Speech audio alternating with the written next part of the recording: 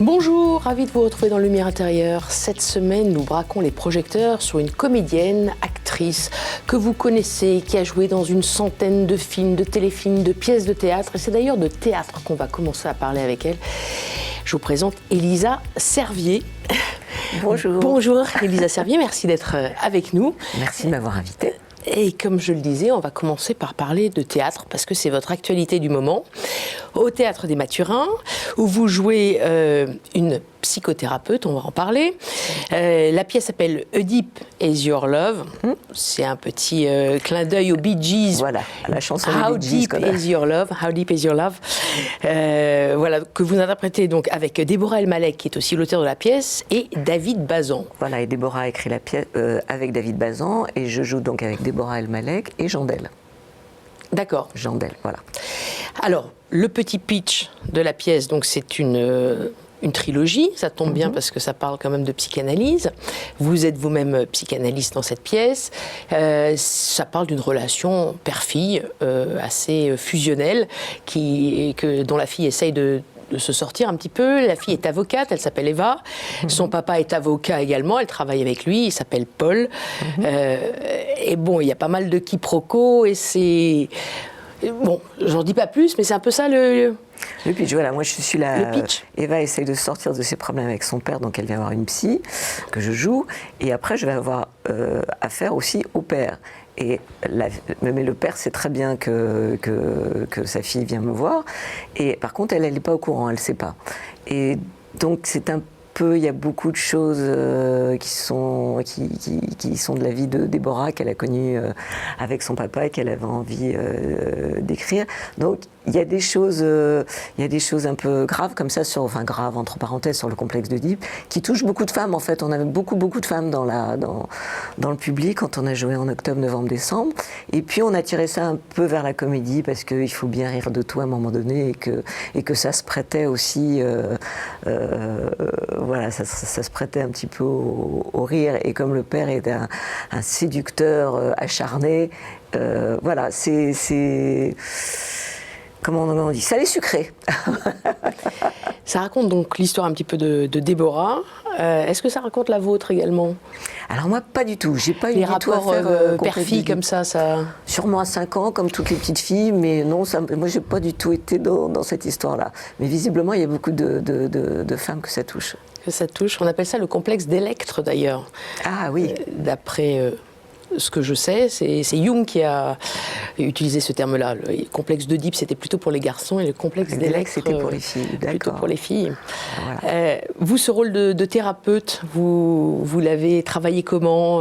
Ça vous a fait plaisir d'incarner ce rôle-là qui est inhabituel chez vous? C'est la première fois? Ben oui, parce que je faisais toujours les maîtresses d'eux, ou là, j'étais la maîtresse de Michel Sardou, de Delon, de Arditi, vraiment, j'étais un peu la maîtresse de service avec beaucoup de plaisir, avec des acteurs qui avaient beaucoup de talent, et souvent sous la houlette de Jean-Luc Moreau, Bernard Murat, voilà, même Pierre Mondy. J'étais la maîtresse de Christian Clavier aussi, non, vraiment.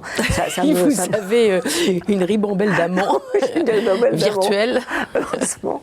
Et puis là, donc c'était intéressant parce que du coup, le rôle de la psy, elle est dans l'écoute, donc c'était bien, et c'est quelque chose qui quelque part me correspondait mieux, enfin en tous les cas à l'âge que j'ai maintenant, et que j'ai fait avec plaisir, et parce que c'était un personnage plus posé, plus sérieux, plus bienveillante, voilà. Et ça j'aimais bien, ça me plaisait bien dans le personnage. Et vous l'avez travaillé comment? En voyant tout seul, des je pense que c'est des choses aussi que j'ai en moi, et que non, j'ai jamais fait de psychothérapie. Oui, mais vous-même, l'auteur et le metteur en scène qui ont fait des psychothérapies m'ont dit, c'est pile ça, écoute, hein, c'est exactement ça. Donc voilà, c'est venu assez naturellement.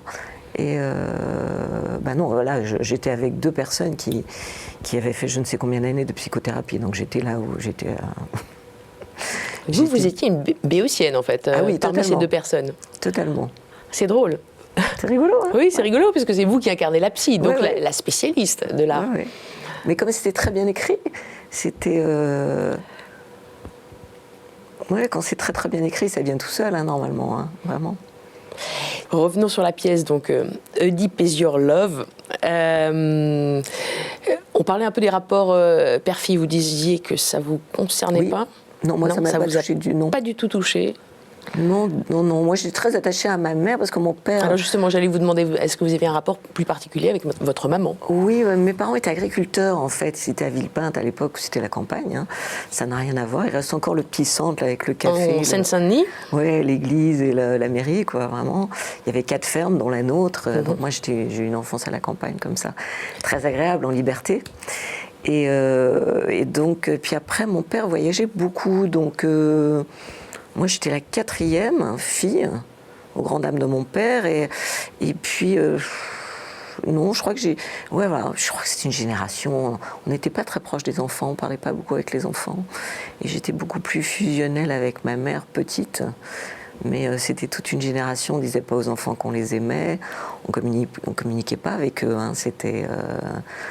les parents nous disaient, les enfants, on sentait qu'ils nous aimaient, on sentait, mais ça ne se disait pas, comme maintenant. Et je trouve qu'il y avait quand même un grand manque de communication. Je veux dire qu'il n'y a pas été... on partait dans la vie quand même un petit peu... On était encore dans la génération qui nous disait, vous allez vous marier, votre mari prendra soin de vous, vous aurez des enfants et ça va être formidable. Oui, c'est un peu réducteur. Et en plus, sortant d'école catholique où il n'y avait que des filles, quand vous vous retrouvez parachuté dans la vie, c'est quand même un petit peu curieux, quoi. Hein, mais je ne suis pas la seule, hein, j'en ai parlé avec plein de gens comme ça qui avaient la même sensation de ça. Ouais. Donc vous étiez la plus jeune de 4 filles? Pas de frères? La 2e était morte bébé, je ne l'ai pas connue. J'étais censée être le garçon. Oui, ça j'ai compris. Voilà. Mais donc il n'y en a pas eu d'autres après? Ah non, là ils sont arrêtés, là c'était la 4e, ils sont dit c'est bon. Et vous disiez un papa voyageur alors qu'il était agriculteur? Après il a pu être agriculteur et après il travaillait pour... c'est pas passionnant, il travaillait pour ce qu'on appelle la Sopexa, c'était le prestige des vins et fromages de France à l'étranger, donc il voyageait énormément. Et donc, quand je me suis mariée, il a toujours dit, mais je ne l'ai pas vu grandir et je ne l'ai pas vu passer. Et donc vous avez quand même suivi cette voie-là? Vous vous êtes mariée? Je me suis mariée à 20 ans pour leur faire assez plaisir. Jeune. Et en même temps, à côté, vous incarniez des rôles de maîtresse souvent, mais pas que. On parle d'amour et de maîtresse. Je propose aux téléspectateurs de regarder un petit round-up, comme on dit, un petit tour d'horizon de certains rôles.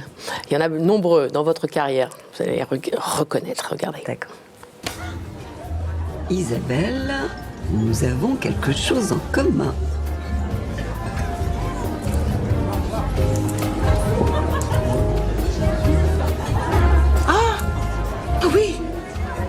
Ah oui, apparemment, nous avons le même fournisseur. Hein.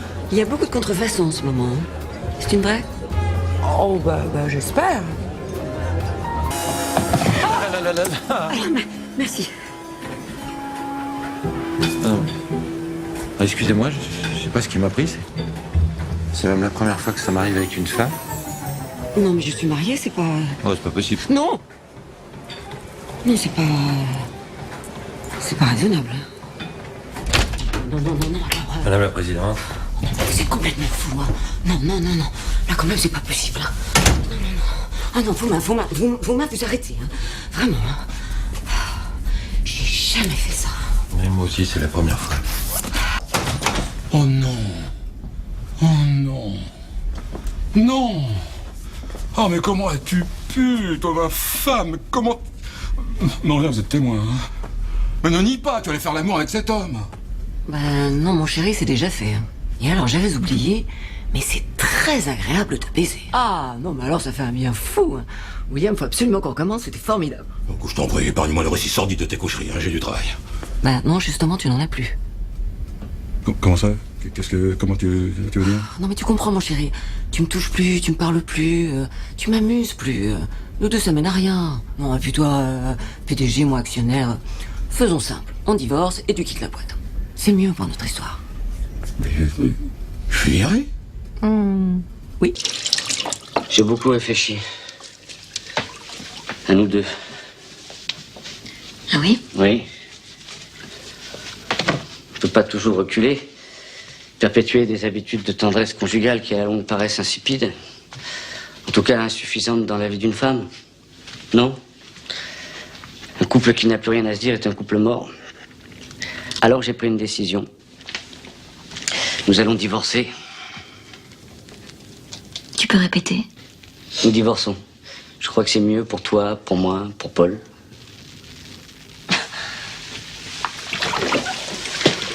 C'est une plaisanterie. Je n'ai jamais été aussi sérieux. Mais pourquoi si vite? C'est une décision grave. Il faut... Consulter un avocat, bien sûr. Mais sur le plan financier, tu n'auras rien à regretter. Et même au contraire, je crois que tu pourras t'en féliciter. Très bien. Si c'est ce que tu veux. Bon, je te laisse. Je dois aller au bureau. Tu en as parlé à ta mère? Tu sais, dans son état, la pauvre. Ah oui, la pauvre. Alors non seulement tu te connais comme un salaud, mais en plus tu dis de niaiserie. Elle a jamais été malade. Elle se porte comme le Pont-Neuf. C'est elle et le charlatan qui l'exploite qui ont inventé cette sinistre farce pour te faire venir. Tu m'en apprends des choses. Heureusement que tu es là.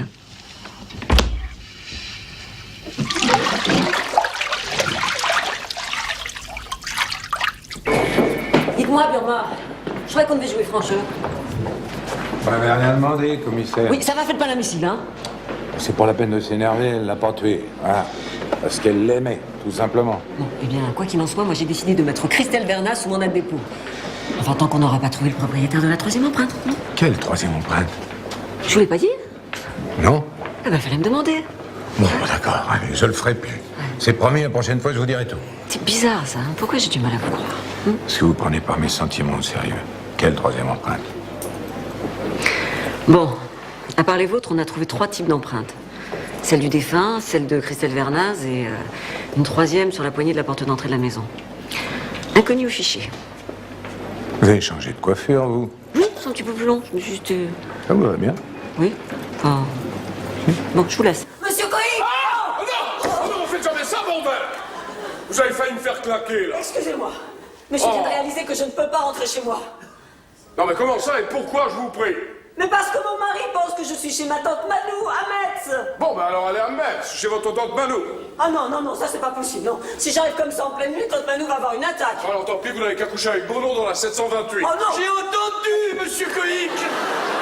Ah, enfin, vous êtes là, Jean-Louis. Restez sur le balcon, je vous la mets. Monsieur Coïc, j'ai bien réfléchi, je ne peux pas me prêter à de tels agissements. Et madame Bono ne sont pas dans leur...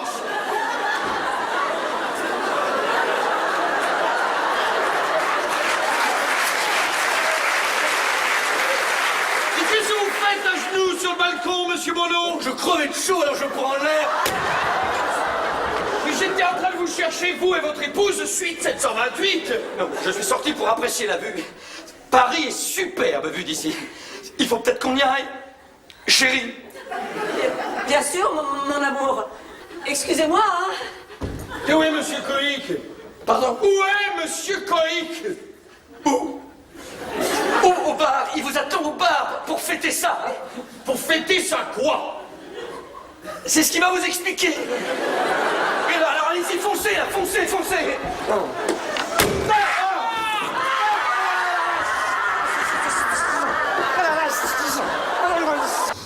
Tu veux finir tout seul? On finit toujours tout seul. Je t'aime. Ne dis pas ça, s'il te plaît. J'attendrai tout le temps qu'il faudra. Il n'y a rien à attendre, Karine, Agnès. Faut prendre les choses comme elles sont, pas les prendre du tout. Écoute, mon ange, tu attends quelque chose qui n'arrivera jamais. Alors... Anthony, mais... C'est non, je viendrai pas. Faudra pas compter sur moi. J'avais compris. Voilà, là on vous voit avec Alain Delon dans la pièce Une journée ordinaire. Vous avez aussi tourné avec Claude Sauté, quelques jours avec moi, je crois qu'on l'a vu. Cédric Lapiche, Marc Esposito, enfin quand même beaucoup j'ai eu de la chance, de partenaires de jeu aussi. Et Daniel Auteuil dans quelques jours avec moi. Quel a été le partenaire de jeu? Parce que Delon, Auteuil, quand même des monstres du cinéma et du théâtre. Quel est le partenaire qui vous a le plus plu pour jouer avec Ou le plus marqué, moi, ou le plus aidé? J'ai commencé avec Auteuil, c'était sa première mise en scène, donc c'était ma première pièce de théâtre. Ça a été très très dur, mais il m'a appris beaucoup de choses, parce qu'il était très fort, il m'a appris beaucoup de choses, c'est lui qui m'a formé au théâtre, vraiment. Après, je pense Delon a été un partenaire absolument charmant et exquis, et qui était très à l'écoute, et c'était délicieux parce que lui, il avait très peur d'oublier son texte. Il avait 75 ans à l'époque. Donc, moi, il avait quand même une oreillette, mais j'ai jamais eu à lui souffler quoi que ce soit. Et peut-être une fois, il a dû se tromper, mais moi, j'étais avec lui sur scène, comme moi, j'ai dû me tromper aussi. Et à chaque fois, on s'est rattrapés, on n'avait jamais peur. Et on était très, très en confiance. J'étais très en confiance avec lui. Il était extrêmement bienveillant et gentil. Et c'était un partenaire de scène très très agréable, mais vraiment très agréable sur scène. Il était très très agréable. J'en garde un très bon souvenir, vraiment. C'est ce qu'on entend. C'était la première fois que vous jouiez avec lui? Oui, et alors c'était jamais drôle. Dans d'autres films précédemment? Je l'avais croisé à la SFP très longtemps avant. Et Delon, moi je l'avais vu, j'étais petite, j'avais 12 ans, je l'avais vu dans la piscine au cinéma Le Prado, à Aulnay-sous-Bois. Et je sors du film, j'étais tombée raide d'amour. La piscine, bah oui, forcément. Et moi dans un avec Romy Schneider. Oh là là. Non, c'était pas la piscine. Oui. Mélodie en sous-sol. Il était beau comme un lieu dans Mélodie en sous-sol, vraiment. Et puis après, mes parents m'avaient emmené au théâtre voir Fleur de Cactus avec Sophie Desmarais. Je devais avoir 8 ans, 9 ans. J'avais dit, moi, je veux jouer là plus tard avec eux, vraiment. Bon. Et je me retrouve l'année de mes 55 ans. Je suis née à 5-5-55, l'année de mes 55 ans. J'ai remarqué. Avec Delon au Bouffe parisien, à venir saluer toute seule avec lui sur scène et tout. Et là, ça a été un truc, mais c'était exceptionnel. C'était exceptionnel. Excellent, j'imagine. Un partenaire marquant et un rôle marquant? Parce qu'il y en a eu beaucoup aussi. Mais le rôle, c'était encore une maîtresse larguée. Je lui dis, mais alors, vraiment, c'est l'histoire de ma vie, là. Je lui dis, c'était effrayant, là, quand même. Hein. C'était toujours... Bon, apparemment, là, ça s'arrêtait. Mais dans quel film? Enfin, quel est vraiment le rôle qui vous a le plus marqué dans votre filmographie? Oui, il y en a eu tellement. Ben oui, j'en ai fait beaucoup. En fait, le truc que j'ai beaucoup aimé, c'était le vent des moissons. Parce que c'était à la campagne, c'était un peu comme l'enfance que j'avais connue. Oui. Donc je tournais dans une ferme qui ressemblait beaucoup à celle dans laquelle j'avais été élevée. Il y avait Klein qui était qui avait le même physique que moi, que les hommes que j'ai connus petites, comme il y avait beaucoup de Polonais à l'époque qui étaient venus en France. Et donc j'étais en terrain connu, j'étais chez moi, il y avait les champs, il y avait, on tournait avec Jean Sagol, ça allait très très vite, il nous donnait beaucoup de liberté. On a joué longtemps, on était une grande famille, donc ça j'ai adoré. Cette série, j'ai adoré. Après on a refait Orage d'été, tout ça. J'ai vraiment beaucoup aimé, mais non, à chaque fois ça a été quand même beaucoup de plaisir, mais... Bon, on va continuer à moissonner, à regarder un peu tout ça. Je vous propose de passer à la deuxième partie de cette émission. C'est celle où je m'éclipse, comme je le dis. Je vous laisse seule avec 4 mots que je vous propose. À vous de nous les décrire, commenter. D'accord. OK ? D'accord. À tout de suite.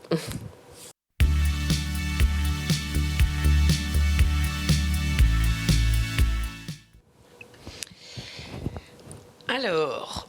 Elisa, est-ce que vous êtes bien? Parfait. Toute seule?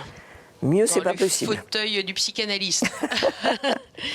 Psychanalysé, en l'occurrence. Un petit peu, non, pas vraiment. Allez, le premier mot, il va vous parler, c'est le cas de le dire, c'est le mot voix. V-O-I-X. On vous l'a souvent faite, celle-là. La voix, votre voix. Mais on peut aussi entendre la voix avec un E. Oui, possiblement, oui. Alors, la voix, c'est vrai que moi, ça a été un très, très gros problème. Et visiblement, j'aimais bien les difficultés parce que j'étais mannequin. J'ai fait une très jolie carrière de mannequin étant jeune, en étant assez petite. Je faisais 1m63. Et j'ai fait une jolie carrière de comédienne en ayant une voix absolument impossible au départ. Donc, c'est vrai que ça a été un gros handicap au début. C'était compliqué, cette voix, parce que j'avais tellement peur, j'étais tellement timide que je ne savais jamais ce qui allait sortir. Et j'étais très, très, très émotive et ça a été compliqué. Et puis, comme avait dit Francis Huster au cours Florent, il m'avait dit, mais ta voix, ça sera ça sera ta marque de fabrique. Et maintenant, et puis après, c'est trouver sa voie. Oui, bah, visiblement, j'ai trouvé ma voie exactement dans ce métier qui m'a rendue très, très heureuse. Vraiment, je suis très contente. J'en reviens pas d'avoir gagné ma vie en faisant ce métier, pour tout vous dire. Voilà. Vous avez effectivement trouvé votre double voie avec un X et avec un E, parce qu'au début, c'était pas gagné. Une adolescence un peu compliquée, complexée. Oui, absolument. Il y avait votre voix qui vous complexait, mais aussi votre poids. Oui, mais j'étais comme toutes les adolescentes, à être un peu grosse, à être un peu... voilà, la puberté, c'est quelque chose de très violent, je trouve. Hein. Il y a des poils qui poussent, on est en train de se transformer en je sais pas quoi, on ne sait pas ce qui va se passer. Ça fait ça aussi quand on vieillit, on dit tiens, on est en train de se transformer en je sais pas quoi aussi. Je trouve qu'on retourne au même problème qu'étant adolescente. Non, l'adolescence, c'est épouvantable, hein. Moi j'en ai un très mauvais souvenir, franchement. Donc oui, non, ça on oublie. On oublie, mais après il y a eu la chrysalide et le papillon. Oui, heureusement, oui. Non, Quels ont été les déclics en dehors de Francis Huster au cours Florent? C'était après ça. Moi j'avais une sœur qui était très jolie, très mince et puis à un moment j'ai arrêté de manger et puis voilà, je suis partie en disant je vais être mannequin. Alors je comprends pas pourquoi d'ailleurs. Et puis ça devait être écrit comme ça parce que j'ai rencontré les bonnes personnes et puis donc ça m'a aidée parce que tout d'un coup je gagnais ma vie en faisant des photos de junior, de mode junior, de beauté, de lingerie. Je voyageais un peu partout, c'était un petit peu le conte de fées. Je travaillais à Milan, en Allemagne, à New York. Ils avaient même ouvert une agence de petite à New York du coup parce qu'ils s'étaient dit finalement ça peut marcher.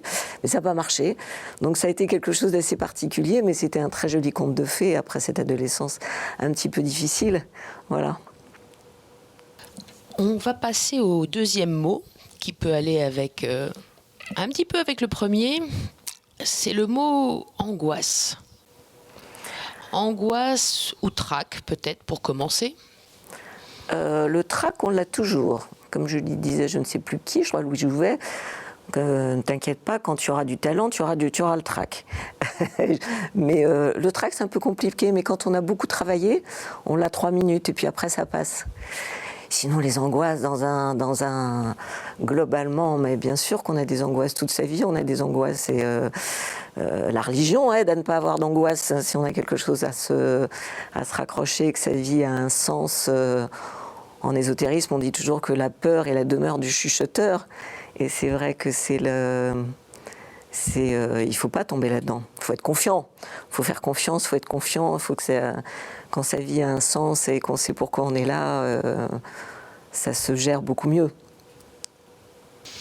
Le trac et l'angoisse, c'est pas tout à fait la même chose. C'est vrai que vous êtes, vous en avez parlé, vous en reparlez d'ailleurs, plutôt traqueuse. Mais bon, comme on dit, ce sont effectivement les gens de talent qui ont du trac, comme disait Sarah Bernard. Ou quand on n'a pas assez travaillé. Moi, j'avais le trac quand j'étais très jeune, et puis un jour, j'ai eu mon fils, et puis ça m'a donné confiance en moi, et puis mon fils était plus important que tout. Et de ce jour-là, je me suis dit, mais c'est merveilleux finalement, c'est rigolo de jouer la comédie. Parce que je voulais pas forcément faire ce métier de comédienne, et c'est quand j'ai rencontré Pascal Thomas, après, qui avait trouvé ma photo par hasard à la suite d'un concours de Mademoiselle Ashtendre. Et il est venu me rechercher une deuxième fois. Moi, je dis toujours, à chaque fois, c'est les petits anges qui m'ont mis sur le chemin. Parce que vraiment, j'avais une voix impossible, j'étais traqueuse, je maîtrisais rien. C'est miraculeux que j'ai fait ce métier, mais vraiment, c'est totalement miraculeux. Daniel Auteuil, je l'ai rencontré par hasard, mais vous connaissez Moi, j'ai 2 définitions du hasard que j'aime beaucoup, qui est la première qui est le point de rencontre de 2 chaînes causales, et l'autre qui est le nom que prend Dieu quand il veut voyager incognito. Et c'est vrai que ça peut être aussi, oui, le hasard, c'est un rendez-vous, mais à chaque fois, tout ce que j'ai fait dans ma vie, enfin, c'est avec le recul, c'était très, très étonnant, quoi. Très, très étonnant. Vous êtes né sous une bonne étoile, vous parlez tout à l'heure de miracle. Vous évoquez d'ailleurs votre date de naissance, c'est vrai, un 5 mai 1955. 5h55, 5h15. À 5h15 5h15. Incroyable. Il paraît que c'est le chiffre de la protection. C'est quand on est très protégé. Et c'est vrai que j'ai le sentiment toute ma vie d'avoir été très très protégée en ayant beaucoup eu de hauts, de bas, de moments fabuleux, de moments difficiles, de moments compliqué. Oui, avec le recul, c'était. J'aimerais bien que ça se termine par un moment en haut, d'ailleurs. Et oui. C'était. J'ai une vie amusante, pas tout le temps facile, mais voilà. Très bien, rien à dire. De ce côté-là. Non, j'ai pas eu de vie comme un long fleuve tranquille, mais ça a été très, très intéressant et très passionnant. Et c'est pas fini. C'est pas fini. Si on creuse un petit peu dans votre enfance assez catholique, nous sommes sur KTO, je crois que votre maman était pratiquante catholique. Alors, longue lignée de famille de catholique. Maman, on allait à la messe tous les dimanches. On s'habillait bien à l'époque le dimanche. Et maman s'occupait de la chorale, elle s'occupait du catéchisme. Moi, je découpais les petites images qu'on donnait aux élèves qui avaient bien travaillé. Et puis à 15 ans, ça m'intéressait plus du tout. Et je crois qu'on fait partie de la génération où, en fait, quand on était jeune, on nous a imposé ça. Et à un moment où on le rejette parce que c'est pas notre choix personnel, et jusqu'à ce que ça revienne à un moment ou à un autre, ou soit à ce que ça ne revienne pas. Mais moi, il y avait une chose sur laquelle moi, je me suis beaucoup battue, c'est que je veux dire qu'on est toute une génération, on pouvait choisir entre la religion, quelle qu'elle soit, hein, c'est pas forcément le catholicisme, entre la religion et rien. Voilà. Et je trouve qu'après 68, dans les années 70, les enfants, on leur a proposé de choisir entre rien et rien. Et là, j'ai trouvé que c'était d'une énorme malhonnêteté.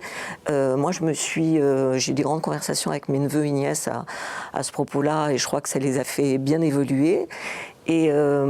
Et de toute façon, quoi qu'il en soit, je veux dire, c'est d'avoir accès à la connaissance, d'avoir accès même à une culture, à la culture de la Bible, à la culture de l'Ancien Testament, du Nouveau Testament. On ne peut pas ne pas connaître ça.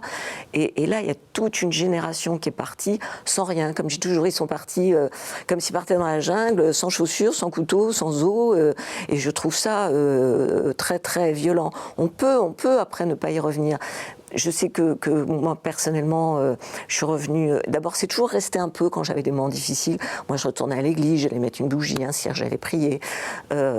Et c'est toujours revenu. Et puis après, c'est revenu vraiment très, très fort parce que je me suis beaucoup intéressée à l'histoire des religions, au bouddhisme, au karma. Moi, très jeune, à 20 ans, je ne comprenais pas ce que je faisais là. Ma vie n'avait pas de sens. Et quand je me suis penchée sur le bouddhisme, qui avait ce système de karma comme dans l'hindouisme, ça m'a paru très très évident de dire si on a plusieurs vies, on est là pour s'améliorer à chaque fois, ça a un sens. Et je pense que dans le catholicisme, je vous dis peut-être une bêtise, mais en 550, au moment du concile de Constantinople, on apprenait la réincarnation. Et si vous regardez bien dans le « Je crois en Dieu », on dit « Je crois à la résurrection de la chair, à la vie éternelle ». On le dit dans les prières, mais on ne parle pas de ça. Ça, c'est un truc toujours moi qui m'a interpellée quand même. Et donc, je suis revenue un petit peu par le bouddhisme, par l'hindouisme. Pour moi, ça avait un sens de dire on est là dans chaque vie pour se perfectionner, pour choisir entre le bien et le mal, faire les bons choix, jusqu'à ce que, on devienne, comme on dit en hindouisme, la moksha, on devienne une petite partie de l'énergie pure, l'énergie de Dieu. Moi, j'ai fait tout ce chemin et je vais à nouveau à la messe tous les dimanches. J'y vais avec ma fille. Et voilà, moi, toute ma vie, ça a été un chemin comme ça, qui a été là, et qui a démarré quand même très très jeune, de se dire, mais qu'est-ce que je fais là, quoi. Et je me dis que les gamins qui sont là, qui naissent, à qui on dit, c'est juste l'argent, c'est juste, vous allez travailler pour aller faire les courses à Carrefour le dimanche, faire des enfants et recommencer. Moi, je ne comprends pas bien. Et je me dis que si un grand taux de suicide ou de drogués je veux dire, c'est dû à ça. On ne peut pas partir dans la vie en se disant ma vie n'a pas de sens, quoi. Juste là, je suis née, j'arrive là et je vais mourir. Je trouve ça d'une violence psychologique. Voilà. Et ce qui me console là maintenant dans ce que je vois, moi ma fille est très très croyante, mon fils il a eu les deux religions, juive, catholique, maintenant c'est à lui de choisir, il fera ce qu'il voudra, mais il a eu la connaissance. Et je veux dire, c'est quelque chose qui est important. Voilà. Moi, il y a eu le métier de comédienne, il y a eu le métier de mannequin. Tout d'un coup, j'ai toujours eu l'impression que c'était le cadeau, c'était un peu la récompense. Et puis, il y a eu ce chemin qui a été tout le long de ma vie, que je continue, qui est toujours important pour moi. Je prie énormément. Je trouve que il faut qu'on prie tous pour voilà, pour la planète, pour le monde, pour l'univers, pour la paix, je trouve que le mal est tellement présent. Et j'ai quand même vraiment ce sentiment il y a toujours cette guerre entre le mal et le bien, et qu'il faut se battre, quoi. Et que la prière est vraiment un moyen de se battre. Voilà. On va en reparler. Le mot évoqué et le mot angoisse, est-ce que vous vous sentez moins angoissé aujourd'hui? Qu'est-ce qui vous apaise? Qu'est-ce qui vous a apaisé? Vos enfants, justement? Ah, la naissance de mon fils, ouais, ça a été merveilleux, ça. Le 29 mars 1985. Ouais, ça, c'était un moment vraiment Julien incroyable. Nakache. Ouais. Il a 38 ans. Il a 38 ans, il vit aux États-Unis, il est marié avec une Américaine, il est... Voilà, alors lui, il n'est pas très éveillé encore à la spiritualité, mais bon, il a son chemin, Et ça a été, oui, ça m'a apaisé, et puis à partir du moment où je me suis mise à chercher la raison, ma petite présence sur cette grande planète, et que j'ai trouvé les réponses, et je pense que quand on cherche les réponses, on les trouve, oui, j'ai pas d'angoisse, Après, on est comme tout le monde dans des angoisses, des angoisses de santé, des angoisses matérielles. De temps en temps, on a des petites peurs, on a des peurs, mais c'est pas la bonne solution, la peur. Il faut se battre contre ça. On est plus fort que ça. Plus fort que la peur. Citons également votre fille, Manon, c'est ça, qui elle est née en décembre 1993 et qui a 30 ans. Qui va avoir 30 ans, oui. Qui va avoir 30 ans. Je passe au troisième mot qui résonne avec ce que vous venez de dire, c'est le mot paix. Après l'angoisse, il y a la paix. C'est un mot important, je crois, pour vous. Oui, c'est important parce que en dehors d'être fixée sur ma petite personne et sur les choses que j'ai pu faire, ou alléluia, merci mon Dieu, je remercie beaucoup d'avoir pu faire ça. Ça a été très, très amusant. Oui, la paix, moi, c'est quelque chose à laquelle je pense tous les jours. Je suis consternée par ce qui se passe en Russie et en Ukraine. C'est dur, hein. C'est vrai qu'on rêve d'un monde où ça serait formidable qu'il y ait la paix partout. Il y avait le Bhoutan qui était comme ça pendant un moment. Et oui, on vise à ça. Je veux dire, si on vise pas pays du tous, bonheur. Voilà, si on vise pas tous à ça, et je pense qu'on est en ésotérisme, on dit tous qu'on a un taux vibratoire, et plus on fait le bien, et plus on élève notre taux vibratoire. Et je pense que si on est nombreux à élever notre taux vibratoire en priant, on va élever le taux vibratoire de la planète, et que cette planète sera plus en danger. Mais on est sur une planète tellement merveilleuse, incroyable, et qu'on en soit encore là, je veux dire, dans cette vieille lutte qui date depuis la nuit des temps, du mal contre le bien. Je trouve ça... j'ai vraiment conscience que c'est épuisant, fatigant, je veux dire, pour les gens qui prient énormément, et c'est quelque chose, j'ai l'impression que c'est quelque chose sans fin, quoi, sans fin. Et la paix, on en rêve. Enfin, moi j'en rêve. C'est un rêve, pas une réalité. Ça deviendra, il faut. Vous parlez de taux vibratoire, d'ésotérisme. Vous êtes ésotérique ? Qu'est-ce qu'on appelle ésotérisme ? Ce qui est caché. Oui, ce qui est occulte. Non, les sciences occultes, moi je suis pas... là, on arrive sur c'est un terrain très très compliqué. Hein. Non, il y a des choses cachées aussi dans le... Je suis pas du tout pour les sciences occultes et tout ça, je trouve ça... très compliqué, et puis c'est vraiment un sujet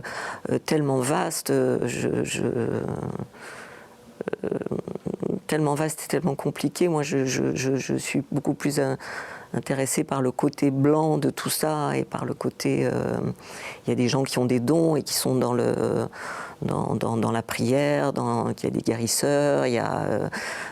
qu'on a souvent confondu avec les sorciers d'ailleurs. Je trouve qu'il y a un amalgame actuellement de magie noire sur Internet avec des gens qui font n'importe quoi et qui sont confondus avec les guérisseurs, qui sont vraiment qui sont croyants, je trouve qu'on est dans une espèce de choses très très compliquées avec des gens qui s'occupent beaucoup qui vont vers la magie noire en n'ayant absolument pas conscience de ce à quoi ils touchent. Et c'est assez grave, hein. Si vous allez sur Internet, tout le monde a accès à ces choses-là. Et c'est pas anodin, c'est pas innocent. Moi, je suis très très attentive à ça et je trouve qu'en ce moment, il y a quelque chose de compliqué là-dessus, vraiment. Je vous propose de passer au 4e mot et le dernier. Ça va un peu dans le même sens. C'est le mot spiritualité. Ah, mais comment vivre sans spiritualité? Voilà. Comment vivre? C'est impossible. Enfin, pour moi, c'est impossible. Hein. On est vraiment dans la vieille histoire du pari de Pascal. Et c'est... Enfin, je vois pas, moi, toute petite, déjà, je me demandais, très jeune, ce que je faisais là. Et je pense qu'on a vraiment un côté dans ce qu'on est. Il y a le matériel, il y a l'intellectuel, il y a le cérébral, il y a le spirituel. Et tout ce côté spirituel, on l'a mis de côté pendant un moment. Hein. Enfin, surtout après 68. Après 68, ça a été beaucoup mis de côté. Moi, je suis plutôt contente et je suis assez optimiste parce que je parle avec des gens qui sont de plus en plus attentifs à ça, qui reviennent à ça, pour lesquels ça n'est pas un mot tabou, alors que pendant, il y a eu toute une époque où c'était plus tabou de prononcer le mot Dieu que de parler de cul. C'était fou, hein, je vous assure, hein, c'était quand même ça.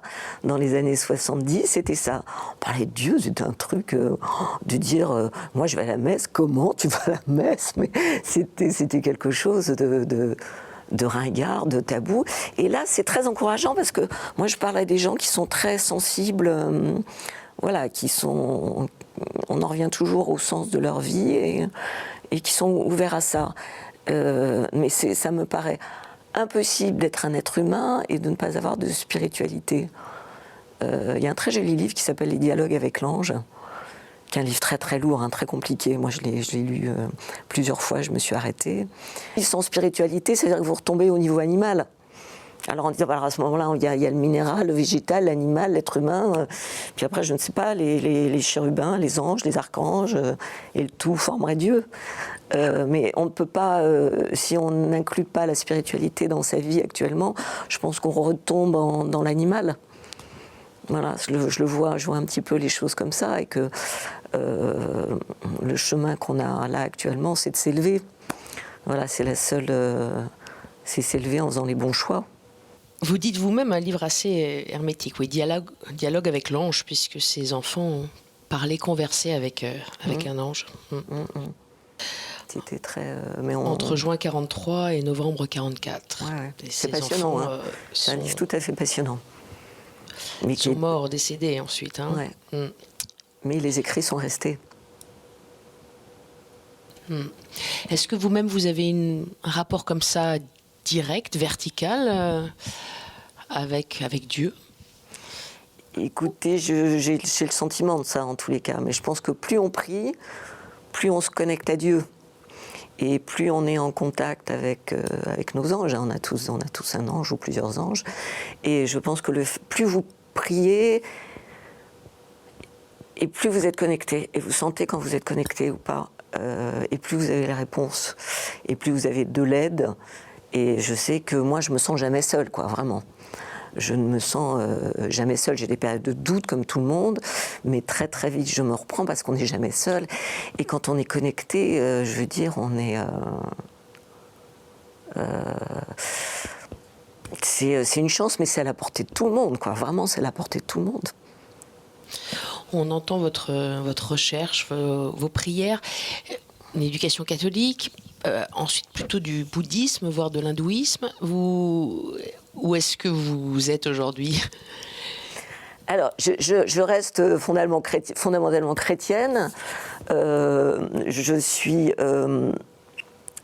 toujours très ennuyée que les prêtres ne puissent pas se marier. Ça, vraiment, je pense qu'il y a eu des dérives que tout le monde connaît, qui sont dues à ça. Et je pense que là, vraiment, est-ce qu'on va y arriver un jour ? À côté de ça...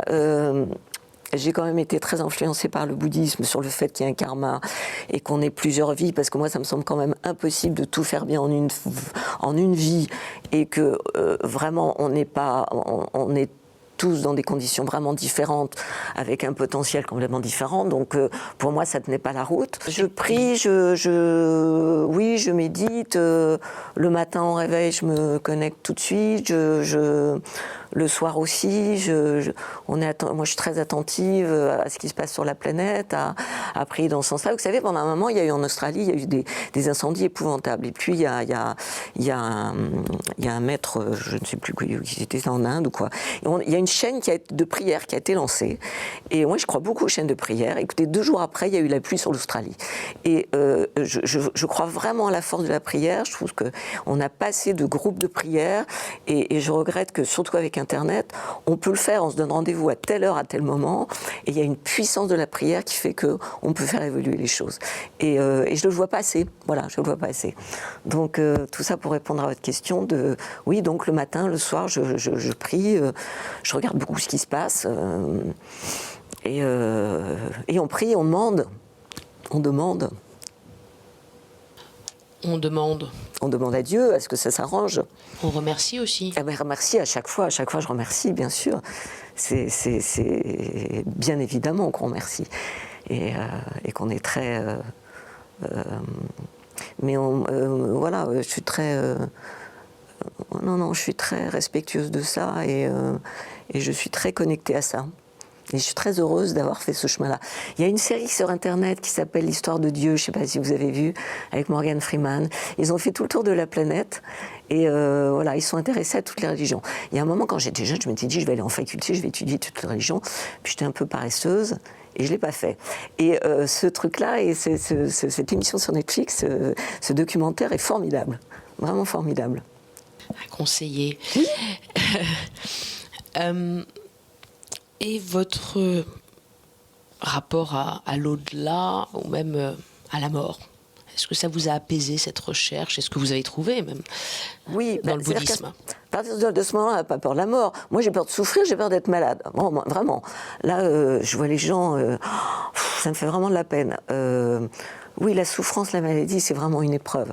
La mort, non, c'est pas une épreuve. On va aller vers quelque chose de mieux, et puis après on reviendra. Non, la mort, c'est pas du tout une angoisse. Enfin, j'ai absolument pas peur de la mort. De ce côté-là, c'est quelque chose qui apaise.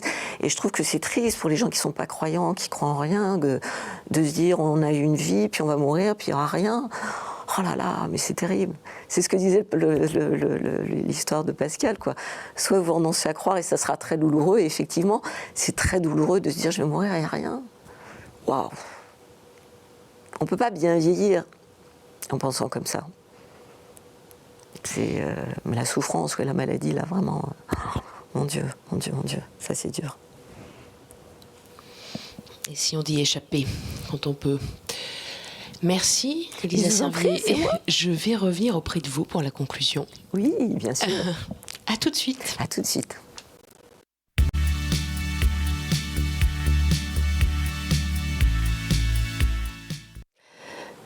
Élisa, je suis de retour en face de vous. Mais oui, c'est mieux. C'est mieux ? Mais oui, c'est mieux. Ça vous plaît davantage ? Oui. Oui, de parler avec quelqu'un en face de vous ? Mais oui. Donc l'expérience de la psychanalysée vous a moyennement plu ? Oui, j'aime pas trop. J'aime pas trop parler de moi. J'aime pas trop. Oui, non, voilà. C'est le théâtre, c'est la scène, votre thérapie? Oui, oui, Votre métier, c'est une thérapie? Oui, ça a été une thérapie, une thérapie incroyable, ça. Reparler. C'était une thérapie, j'avais pas confiance en moi à l'époque. Je revenais de loin, hein, vraiment. Je suis une rescapée, là. Vraiment, c'était. Je dis, j'en reviens pas d'arriver à l'âge que j'ai, de me dire, mais j'ai fait vivre ma famille dans ce métier. J'ai quand même travaillé avec des gens incroyables. J'ai travaillé avec les meilleurs. Si c'était à refaire, vous referiez tout? Peut-être pas tout. Bon, non, c'était à refaire, on va refaire autre chose à ce moment-là. Non, refaisons autre chose. Dans une prochaine vie, on va pas refaire la même chose. Dans une prochaine vie. Mais s'il y avait celle-ci à refaire. Oh non, ça a été drôle, c'était amusant. Vous referiez tout pareil? Ah oui, c'était amusant, vraiment. Non, une prochaine vie, j'ai pas envie de refaire comédienne. Bah non, je l'ai déjà fait. Bah non, il y a plein d'autres choses à faire quand même. Non, je serais bien médecin. Vous pensez déjà à votre prochaine vie? Oui, parce que je me dis, voilà, la pensée créatrice, hein, quand même. Je sais pas. Et donc vous pensez jamais à ce que vous aimeriez faire dans une prochaine vie? Dans une prochaine vie? Non, parce que je pense pas qu'il y aura de prochaine vie. Vous pensez pas? Ah ouais, moi je pense à ça. Je me dis, qu'est-ce que je pourrais faire? Un truc médecin, mais alors j'ai du mal, hein, un médecin avec. C'est toujours dans tout ce qui est prendre soin des autres. Peut-être, tu vois, comme voilà, il y a des énergéticiens, il y a des magnétiseurs, il y a des ostéos formidables qui nous ont sauvé la vie, là, je me dis, ils sont tellement incroyables. Moi, j'ai un ostéo fabuleux, comme ça, je le connais depuis 40 ans. Mais à chaque fois, j'ai toujours envie de lui dire, mais écoutez, que Dieu vous bénisse, parce que vraiment, qu'est-ce que je ferais sans vous? Je serais avec une canne et un fauteuil roulant. Et voilà, je trouve que aider les autres, c'est un truc bien quand même, c'est un truc chouette. Donc ça, ce serait pour votre prochaine vie? Oui, je pense que c'est un truc qui est très, très satisfaisant. Voilà, qui est très... après, tout ce qui est finance, rationnel, c'est pas trop mon truc. Non. Alors, pour revenir sur cette expérience un peu de thérapie, donc ça vous a moyennement plu de parler de vous, c'est ce que j'ai entendu. Est-ce qu'il y a un mot qui vous a quand même davantage marqué? Non, j'étais contente de parler de spiritualité, parce que actuellement c'est ce qui est le plus important pour moi, donc j'étais contente de vraiment. Merci de m'avoir permis d'en parler. Donc ça m'a fait plaisir. Après, c'est vrai que mon métier, moi, c'est du divertissement, quoi. Pour moi, c'est cadeau, c'est la récréation. Voilà. Et donc, non, j'étais très heureuse de pouvoir parler de ça. C'est aussi une forme d'aide aux autres, de faire rire, de distraire. Oui, voilà. Et c'est vrai, quand on joue au théâtre, moi j'aime beaucoup le théâtre parce qu'il y a un échange d'énergie qui se renvoie et qu'on passe des moments formidables et que moi j'ai eu des occasions de jouer dans des grandes salles avec des gens qui tombaient de leur chaise de rire et je me disais, mon Dieu, mais quelle merveille. Et à chaque fois, j'étais avec les copains, voilà, qui disaient « Oh, on n'a pas envie de jouer ce soir. » Mais j'ai dit « Écoutez, il y a peut-être quelqu'un là qui a une vie de merde, qui a une journée épouvantable avec un chef, un petit chef. Et là, on va lui faire plaisir ce soir. » À chaque fois, il y a cette notion de faire plaisir aux gens qui ont acheté une place, qui n'ont pas forcément les moyens d'acheter une place, et on va essayer de leur faire plaisir, de leur faire passer un bon moment. Et ça, le théâtre, pour moi, c'est ça. Et en même temps, il y a un retour, parce que quand ils s'amusent, quand ils rient, il y a une telle énergie joyeuse qui nous renvoie que nous, on est rechargés aussi. Et là aussi, il y a des énergies, des vibrations. Mais voilà, tout sur scène, ça se joue énormément. Hein. Ouais. Ça n'est que ça quand on regarde. En tout cas, c'est le cas avec cette nouvelle pièce où vous incarnez une thérapeute qui s'appelle Oedipe is your love. Voilà, au Petit Mathurin, à partir du 22 avril à 19h. Voilà, donc vous venez nombreux. Voilà, Elisa Servier, également Démora Albalek et David Jandel. Jandel, pardon. Et on n'a pas eu un mauvais papier. Vous savez, c'est Biéréduc, machin, tout ça, on n'a pas eu une mauvaise critique. C'était un truc incroyable. Tant mieux. Jamais arrivé de ma vie. Les gens étaient heureux en sortant de là. Génial. Et ça, c'était très, très surprenant. On n'a pas eu les journalistes. Les journalistes ne sont pas venus vous voir, mais là, toutes les critiques publiques, il n'y en a pas une de mauvaise. Donc ça, c'était assez exceptionnel. Non, je suis très content. On va leur donner du plaisir aux gens. Ça commence bien, ça va bien continuer. Et puis, dans votre actualité aussi, à suivre les Guêpes, bientôt. Ça, c'est dans quelques mois. Janvier 2024, on sera en tournée en France, on va aller en Corse, on va aller voir Ah c'est une oui. pièce d'Éric Assous qui n'a jamais été jouée avec François-Éric Gendron, moi-même, Léa François, Anthony Marty, il a un nom compliqué lui, Arnaud Sermolacci, enfin voilà. Et c'est... À voir aussi dans Mais- quelques mois. Mais en attendant, Voilà. Mais là, c'est... How Deep Is Your Love? Dans un How Deep Is Your Love? Vous avez vu Voilà. le jeu de mots, les Bee Gees. Toute une époque aussi. Merci beaucoup. Je vous en prie, c'est Élisa moi, Servier merci pour ce beaucoup. partage. Merci à vous derrière vos écrans. Comme d'habitude, si vous voulez revoir cette émission, vous connaissez l'adresse kteotv.com pour le replay. À bientôt, à la semaine prochaine.